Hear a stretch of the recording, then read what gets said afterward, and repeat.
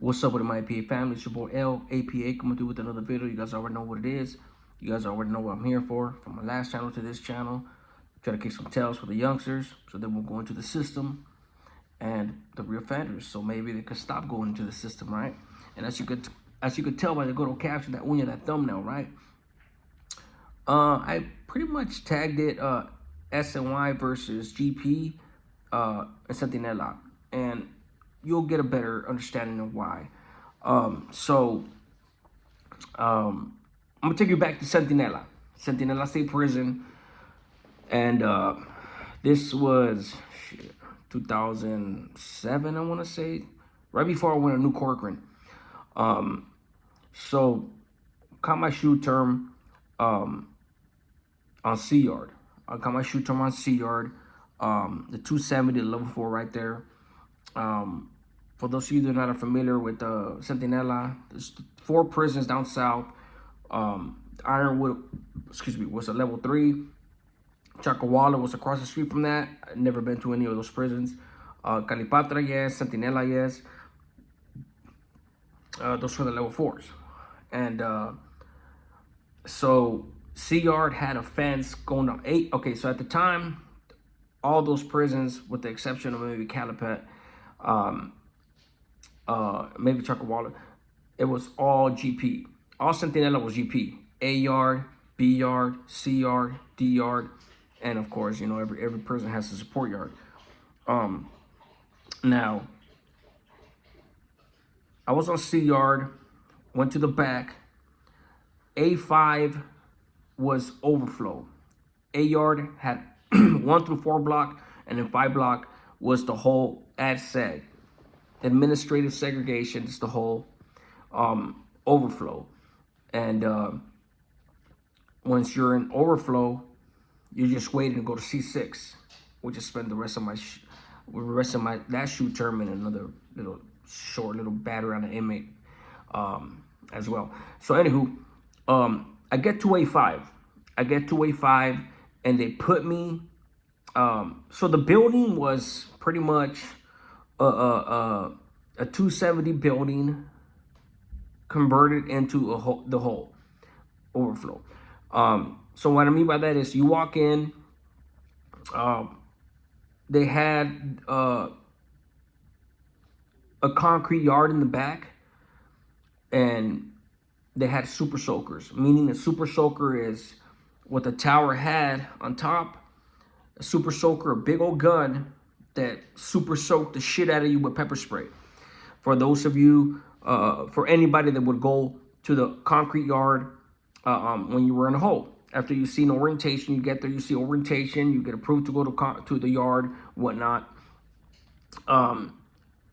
It's crazy because at the time, there was very few dudes. I mean, I don't know what it was. I mean, you would stay there for like a month or something, 3 weeks, a month, or by the time you see an orientation. But there was a few homies that used to actually stay there. Not a few, a good amount of homies that were going to the yard there, whatever. And the point of the story is, there was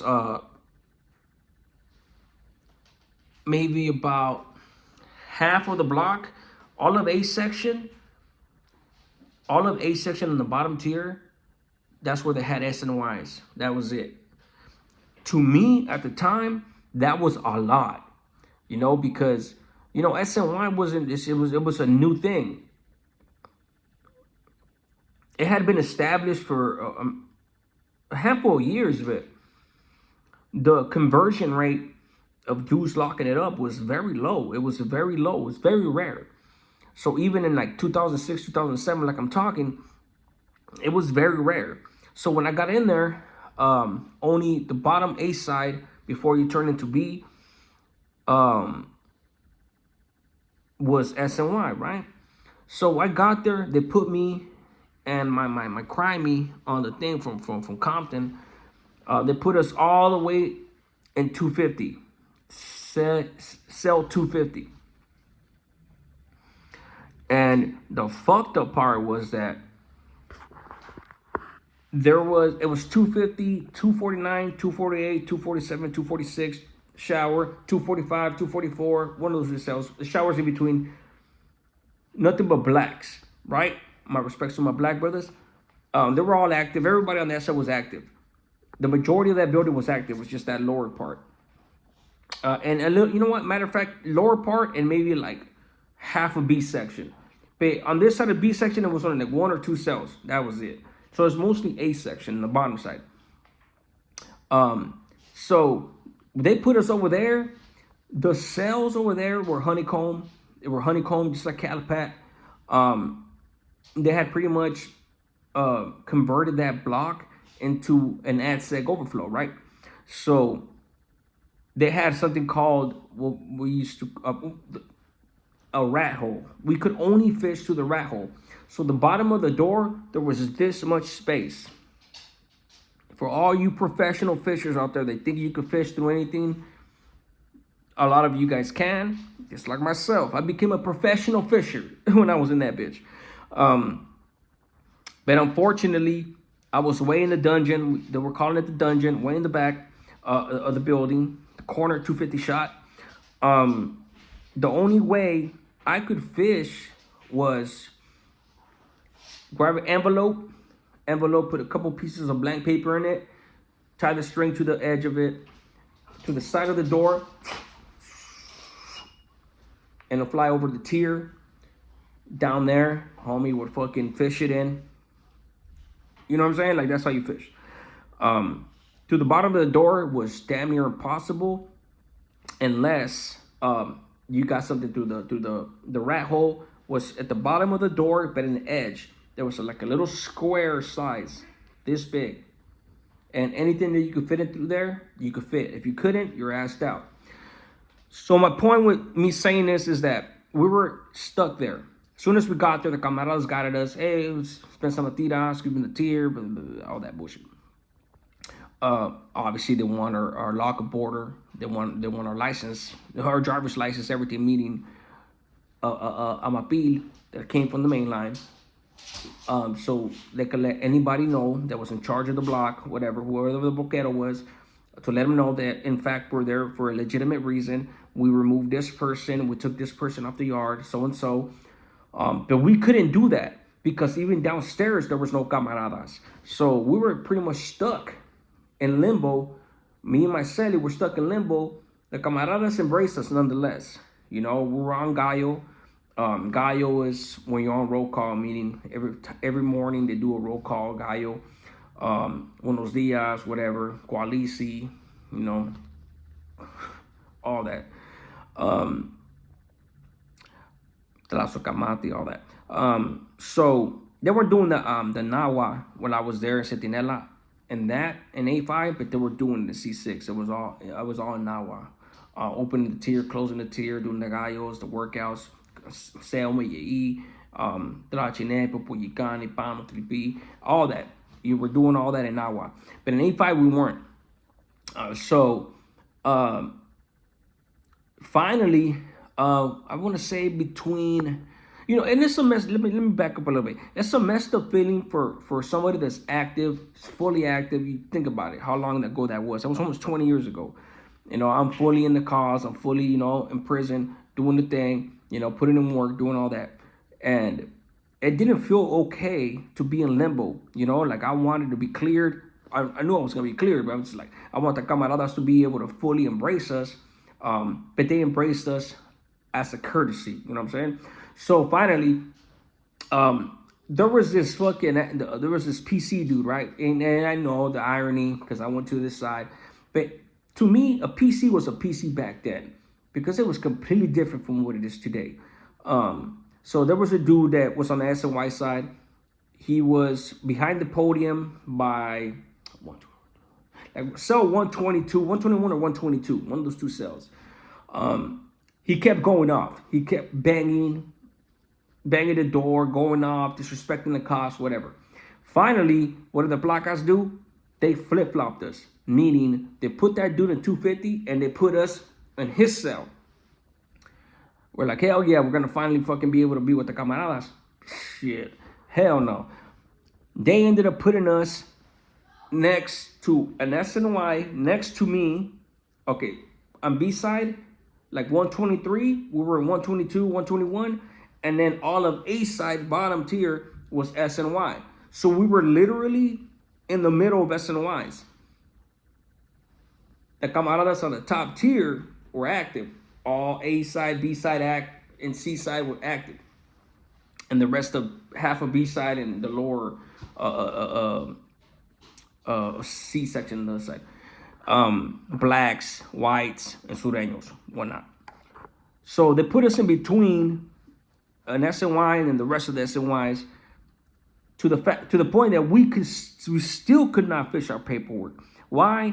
Because these dudes were snatching up our lines. I remember this one dude, bro, that was SNY dude, Ernie. To this day I remember his name, Ernie.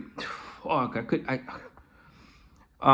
I think I'm a changed man and everything, but shit, I would be hard pressed not to say some shit to him to this day of how fucking disrespectful and how fucking belligerent this dude was for no damn reason.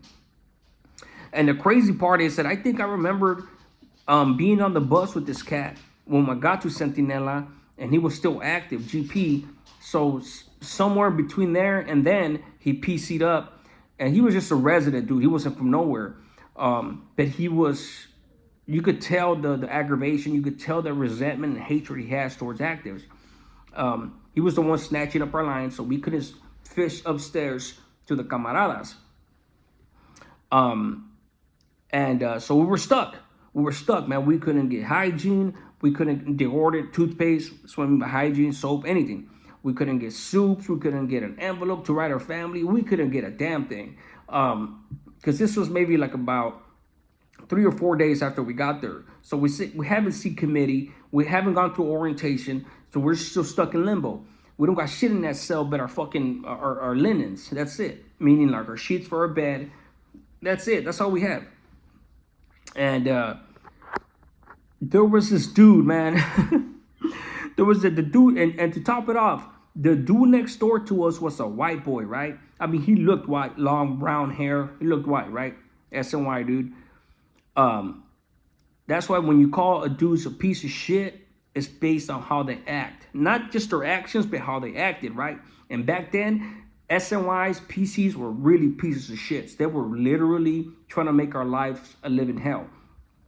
So this dude used to wake everybody up like at 3:30 to 4 a.m. in the morning and do the motherfucking gallo.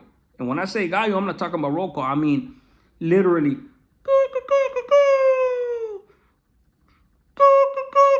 like a straight rooster, right? And he would literally do that. Motherfucker would stay up all night, sleep all day, so he wake up early as shit and do that shit for hours. Every single morning, consistently. Now, when we're programming there in the hole, whatever, yeah, we wake up like at 5:30, 6 a.m., whatnot. So that extra hour and a half, 2 hours, it's a little precious because we're up all day, you know, working out, doing our thing, whatever. So we need all our sleep, you know, so it does affect. Now, when you don't got no tienda, you don't got nothing, you got nothing but a short-ass portion of comida on the trays, it gets a little rough as grown-ass men. So I had that on one side. I had the other dude snatching up our lines. And finally, man, it was this dude, man. I forgot he was somewhere from IE, man. I want to say San Bernardino somewhere.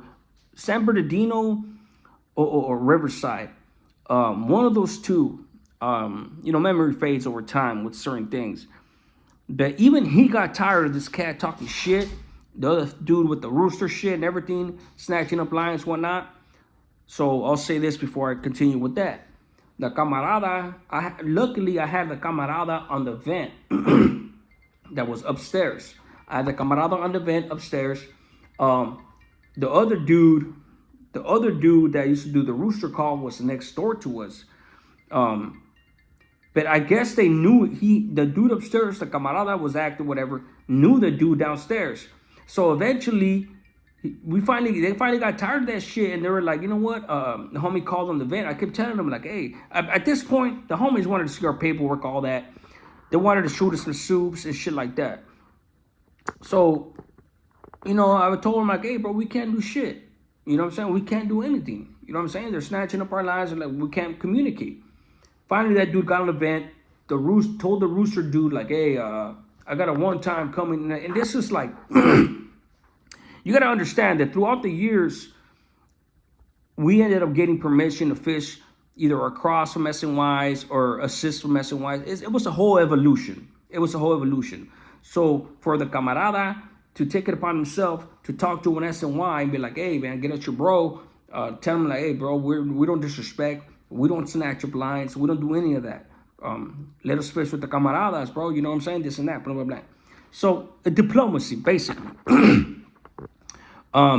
So the dude does get at him. Dude ain't listening.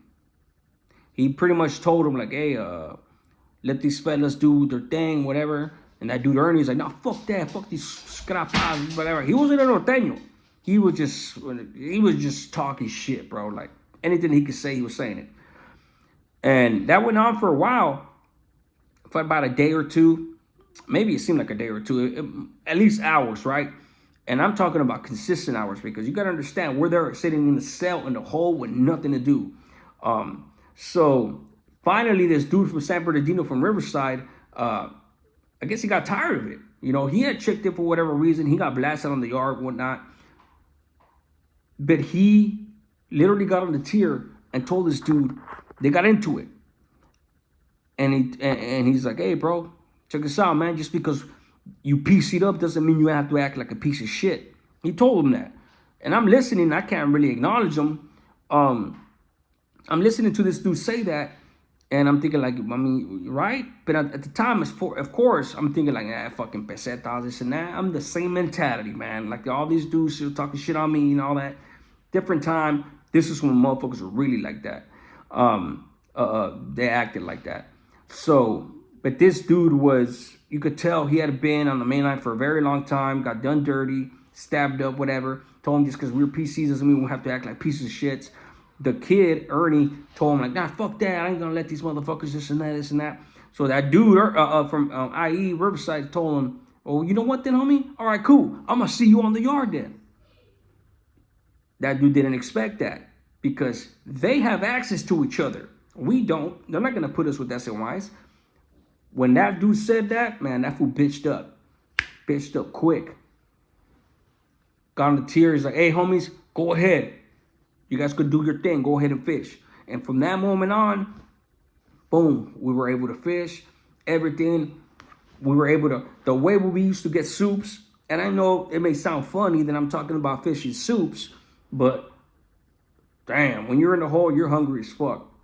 And the only way we could fish soups through the rat hole was newspaper or magazines, right? Newspaper, the camaradas had fucking subscriptions to newspapers. Obviously, you're in the hole. We didn't have no TVs in the hole back then or anything like that.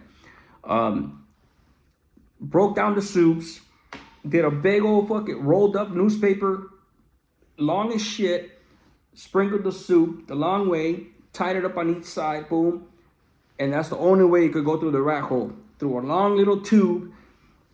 And goddamn, that was one of the best soups I had ever tasted. Even if it came through a little ass square in the bottom of my motherfucking door.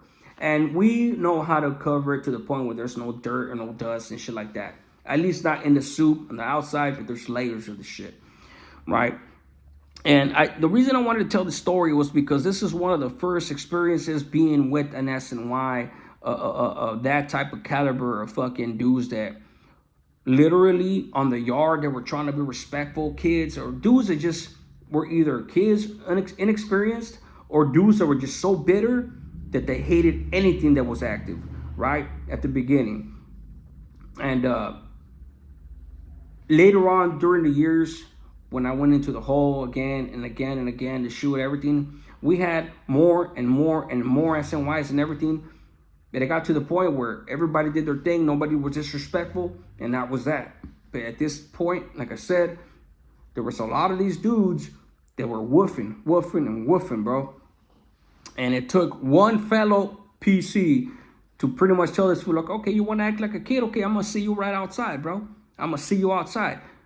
And that's one thing I never forgot. Just because you went to the other side, just because you pieced it up, doesn't mean you have to act like a piece of shit, you know? And that was a very long time ago, man. Like I said, that's almost 20 years ago. 18 years ago, somewhere around there. That's just crazy to think about. No, actually, no, shit, that's long. Yeah, about around that time.